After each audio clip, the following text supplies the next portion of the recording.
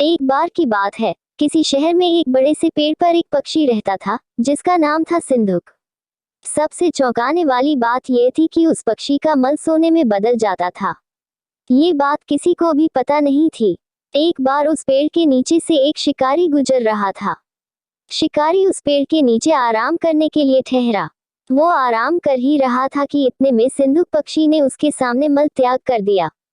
जैसे ही पक्षी का मल जमीन पर पड़ा, वो सोने में बदल गया। ये देखते ही शिकारी बहुत खुश हुआ और उसने उस पक्षी को पकड़ने के लिए जाल बिछाया। सिंधुक जाल में फंस गया और शिकारी उसे अपने घर ले आया।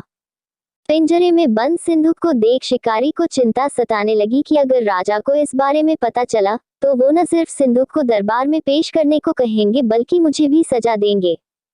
ये सोचकर डर के मारे शिकारी ने खुद ही सिंधुक को राज दरबार में पेश कर राजा को सारी बात बताई। राजा ने आदेश दिया कि सिंधुक को सावधानी से रखा जाए और उसे अच्छे से खाना खिलाया जाए। ये सब सुनने के बाद मंत्री ने राजा को कहा, आप इस बेवकूफ शिकारी की बात पर भरोसा मत कीजिए। कभी ऐसा होता है क्या कि कोई पक्षी सोने का मल त्याग करे? इसलिए अच्छा होगा कि इसे आजाद करने का आदेश दें। मंत्री की बात सुनकर राजा ने चिड़िया को आजाद करने का आदेश दिया। सिंधुक उड़ते उड़ते राजा के दरवाजे पर सोने का मल त्याग करके गया। ये देखते ही राजा ने मंत्रियों को उसे पकड़ने का आदेश दिया, लेकिन तब तक वो पक्षी उड़ चुका था।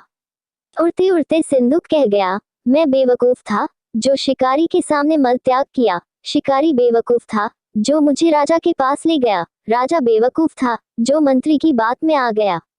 सभी बेवकूफ एक जगह ही हैं।